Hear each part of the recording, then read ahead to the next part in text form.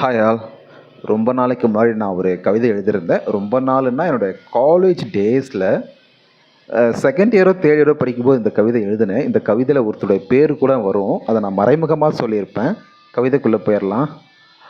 உன் சீலை மறைவில் சாரிங்க, அது எப்படி பார்க்காம சொல்ல வரல, நான் பார்த்தே சொல்லிடுறேன், தப்பாக எடுத்துக்காதுங்க. கவிதை தான் முக்கியம். சீலை மறைவில் உன் பாதம் பார்த்தேன், வெள்ளி இதழ் சூழ்ந்து என் மனம் கவர்ந்தது. நீ அணிந்திருக்கும் அணிகலனை பார்த்தேன், நீ அணிந்திருப்பதால் தான் அதன் மதிப்பையே அறிந்தேன். உன்னை மணக்க விரும்புகிறேன், உன்னை மனதார விரும்புகிறேன்.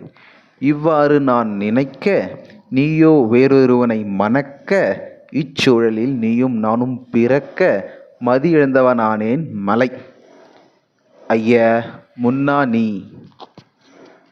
தேங்க்யூ.